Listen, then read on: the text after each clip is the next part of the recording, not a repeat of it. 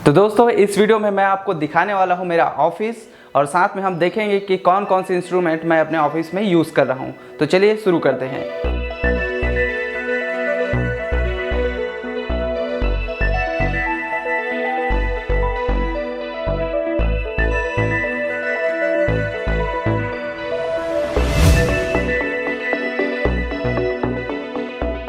जैसे ही आप हमारे ऑफिस के अंदर एंट्री करते हैं तो सबसे पहले आपको रिसेप्शन नज़र आएगा, जो यहाँ पे सामने में ही है और यहीं पे हम कई बार रिकॉर्डिंग का काम भी करते हैं। और रिसेप्शन के जस्ट राइट साइड में आपको हमारा क्लासरूम नज़र आएगा, जो कि यहाँ पे है। इसके अंदर का हम थोड़ी देर में वीडियो दिखाएंगे। अभी ये क्लासरूम के रूप में यूज़ नहीं हो रहा है, हमने अपना जो इंस्ट्रूमेंट है यहीं पे रखा हुआ है। सामने में हमारा किचन है और आप लोग जानते हैं कि किचन में क्या क्या करते हैं। पीछे में जो लाइट्स देख रहे हैं वो मेरे एडिटिंग रूम के लाइट्स हैं। अभी मैं आपको एडिटिंग रूम ले जाऊंगा और मैं आपको दिखाऊंगा कि मैं जो कंप्यूटर यूज़ कर रहा हूं उसका जो कॉन्फ़िगरेशन है वो क्या है, उसके बारे में डिटेल से बताऊंगा। उसके बाद मैं अपने ऑफिस में कौन कौन से इंस्ट्रूमेंट यूज़ कर रहा हूं, जैसे कैमरा है, ड्रोन है, गिम्बल है, इन सभी चीज़ों के बारे में मैं आपको डिटेल से बताने वाला हूँ। तो आप साथ में बने रहो। तो एडिटिंग रूम में सबसे पहले बात करते हैं कंप्यूटर सेटअप की, इसके कॉन्फ़िगरेशन की। तो यहाँ पे आप मेरा कंप्यूटर सेटअप देख सकते हैं। यहाँ पे ये CPU लगा हुआ है, यहाँ पे इसका 2 मॉनिटर लगे हुए हैं। मैं एक CPU में 2 मॉनिटर यूज़ कर रहा हूँ। 2 मॉनिटर यूज़ करने के फ़ायदे ये है कि मैं इस पर मल्टीपल काम कर सकता हूँ। अगर मैं एक स्क्रीन पर एडिटिंग का सॉफ्टवेयर ओपन किया हूँ तो दूसरे स्क्रीन पर मैं फोटोशॉप ओपन कर सकता हूँ, या फिर मैं कोई दूसरा सॉफ्टवेयर या दूसरा काम ये वाले मॉनिटर से कर सकता हूँ। तो ये इसके फ़ायदे हैं कि मैं 2 मॉनिटर से बहुत सारे काम को कर सकता हूँ। उसके बाद बात करते हैं अपना CPU की। तो CPU में सबसे पहले बात करते हैं प्रोसेसर की। तो इसमें मैं यूज़ कर रहा हूँ AMD Ryzen 7 3700X का, जो एडिटिंग के लिए काफ़ी अच्छा है। मैं 2 CPU यूज़ कर रहा हूँ। दोनों CPU में मैं यही कॉन्फ़िगरेशन का प्रोसेसर यूज़ कर रहा हूँ।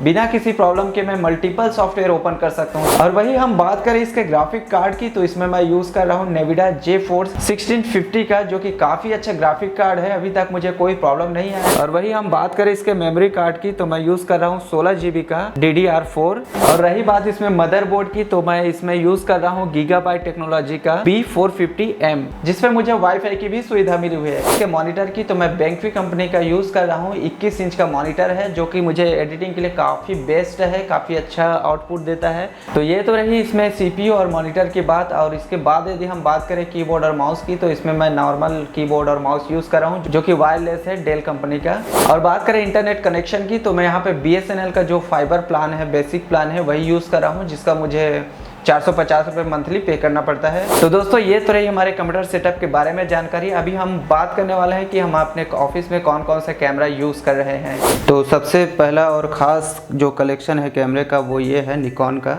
जो कि मुझे काफ़ी ज़्यादा पसंद है। पसंद इसलिए है क्योंकि मैं इसमें स्लो मोशन का वीडियो बना सकता हूँ। इसमें जो वीडियोज़ बनाता हूँ वो 120 FPS का होता है, इसलिए मुझे स्लो मोशन काफ़ी अच्छे क्वालिटी में मिल जाता है, अच्छा लगता है। इसके बाद यहाँ पर जो लेंस देख रहे हैं वो कैनन 200D का है, Mark II का, जिससे अभी हम लोग वीडियो बना रहे हैं अभी। और इसके बाद यहाँ पे 3 छोटे छोटे कैमरे भी देख सकते हैं, जिसे मुंबई में मुझे गिफ्ट मिला था। उसके बाद ये कैमरा है सोनी का है, जो पुराने मॉडल का है। इसके बाद निकॉन का D5300 है, जो कि सिर्फ फोटोग्राफी के लिए यूज़ करता हूँ। गोडेक्स का फ्लैश है। तो ये तो रही कैमरे कलेक्शन की बात। इसके बाद है हमारे पास गिम्बल DJI का है, रोनिन SC।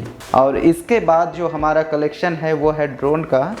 ज़्यादा कलेक्शन नहीं है, 2 ही टाइप के ड्रोन है। एक तो टेलो ड्रोन है, जो सस्ता वाला है, उतना ज़्यादा महंगा नहीं है। उसके बाद यहाँ पे देख सकते हो आप माविक मिनी का बॉक्स, जो कि DJI का है और काफ़ी अच्छा ड्रोन है। इसका यूज़ मैं करता हूँ, बहुत ज़्यादा यूज़ करता हूँ। और इसमें जो क्वालिटी आता है वीडियो का, क्वालिटी काफ़ी अच्छा है। इसके बाद हमारे माइक कलेक्शन की बात करते हैं। तो मेरे पास लगभग 4 माइक्रोफोन है। तो ये जो माइक देख रहे हैं, इस जो न्यूज़ एंकर लोग पकड़ते हैं वैसा ही है। तो इसको मैंने वायरलेस माइक को कन्वर्ट कर दिया अंदर से माइक्रोफोन को डाल के। इसके बाद है बोया का ये BY-WM5। तो ये वायरलेस माइक है और इसको मैंने सबसे पहले इसको ही लिया था, मुंबई में लिया था, लगभग 6000 के रेट में ऑफलाइन में। ऑनलाइन में इसका रेट बहुत ज़्यादा था। इसके बाद एक वायर वाला बोया कंपनी का ही माइक है। उसके बाद हाल ही में मैंने एक दूसरा माइक लिया, जो है लेंसको का LWM 308C। और इसमें मुझे 2 माइक मिले थे, 2 माइक्रोफोन मिले थे और एक रिसीवर मिले थे। तो काफ़ी अच्छा है, ये इंटरव्यू के लिए इसका यूज़ कर सकते हैं।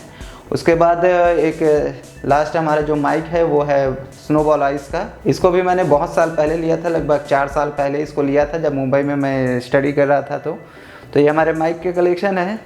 और हमारे पास एक प्रोजेक्टर है इप्सॉन का, जिसका यूज़ हम लोग कभी कभी वीडियोस देखने में, मूवीज़ देखने में करते हैं। तो दोस्तों ये तो रही इंस्ट्रूमेंट्स की बात। अभी हम बात करते हैं इस ऑफिस में लगे चेयर्स और कंप्यूटर टेबल्स की। तो यहाँ पे जितने भी कंप्यूटर टेबल दिख रहे हैं उनको मैंने कारपेंटर से बनवाया था। कारपेंटर से बनवाने का मेरा मकसद यही था कि कम बजट में और काफ़ी अच्छे क्वालिटी में मुझे कंप्यूटर चेयर मिल जाए। इंटरनेट से मैंने सभी कंप्यूटर चेयर्स का मॉडल निकाला था, जिससे कारपेंटर को दिखाया था और उन्होंने काफ़ी अच्छे तरीके से बनाया है। तो दोस्तों ये तो रही मेरे ऑफिस और इंस्ट्रूमेंट सेटअप के बारे में जानकारी। यदि आपको इन सारे इंस्ट्रूमेंट्स के बारे में अच्छे से डिटेल्स में जानकारी चाहिए, चाहे वो कैमरा हो, ड्रोन हो या कंप्यूटर सेटअप की बात हो, तो आप नीचे कमेंट करके हमें पूछ सकते हैं। हम उसके बारे में डिटेल से जानकारी देंगे और कोशिश करेंगे कि हम आपके लिए एक नया वीडियो भी बनाएं।